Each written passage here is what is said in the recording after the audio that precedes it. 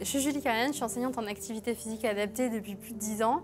Je suis spécialisée dans la santé de la femme et de l'enfant et j'interviens auprès des personnes qui ont des besoins spécifiques.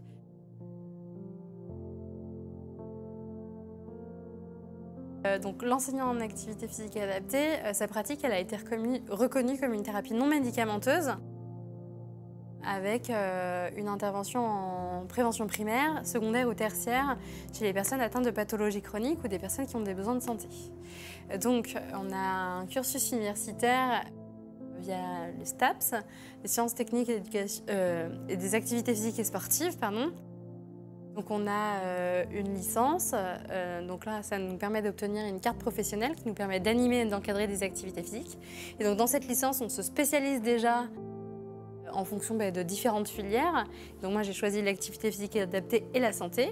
Et donc on finit notre licence, donc là on peut intervenir auprès de personnes qui ont des besoins spécifiques, soit qui sont atteintes de pathologies chroniques ou aussi ça peut très bien concerner des personnes dans les besoins spécifiques, par exemple les femmes enceintes, ça peut être d'intervenir en crèche, ça peut être d'intervenir dans le système du travail aussi, pour la santé au travail. Donc voilà, on a ce grand panel. Et donc ensuite on continue nos études jusqu'au Master 2 pour vraiment se spécialiser avec tout un pan autour de la recherche aussi, autour des accompagnements de coordination. Voilà, c'est un cursus qui est très riche.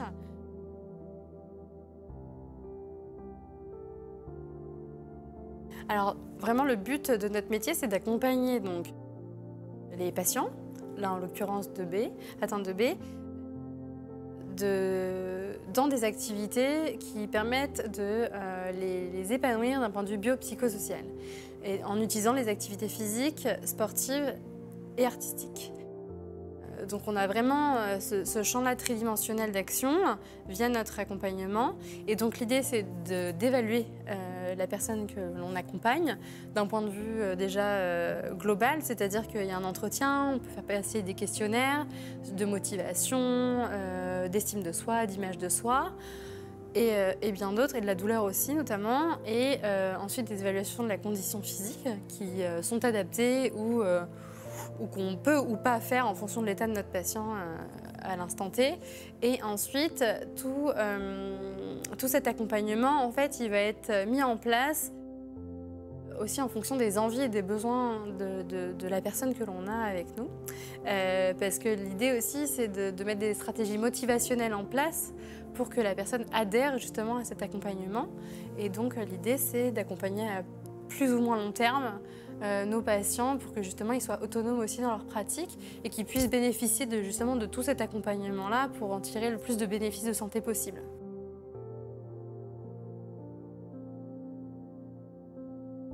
C'est primordial. C'est-à-dire que c'est un soin, en fait. Faut le voir comme ça, même si en réalité, dans nos pratiques, elle est un peu spécifique, c'est-à-dire qu'on sort un peu du soin classique, finalement.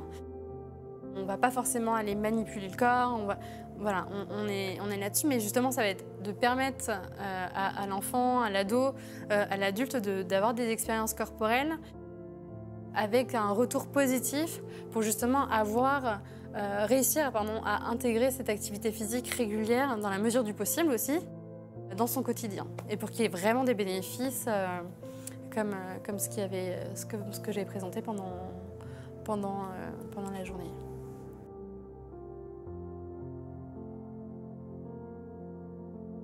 Alors, ce qu'on voit dans la science, c'est que dans tous les cas, on va en tirer un bénéfice.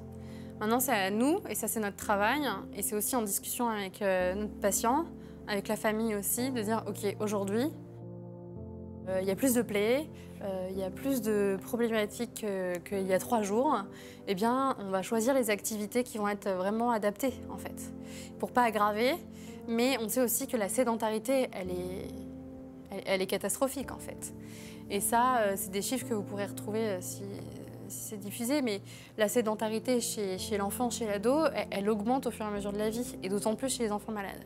Donc vraiment, il faut vraiment que ça soit un soin qui soit intégré dans leur accompagnement.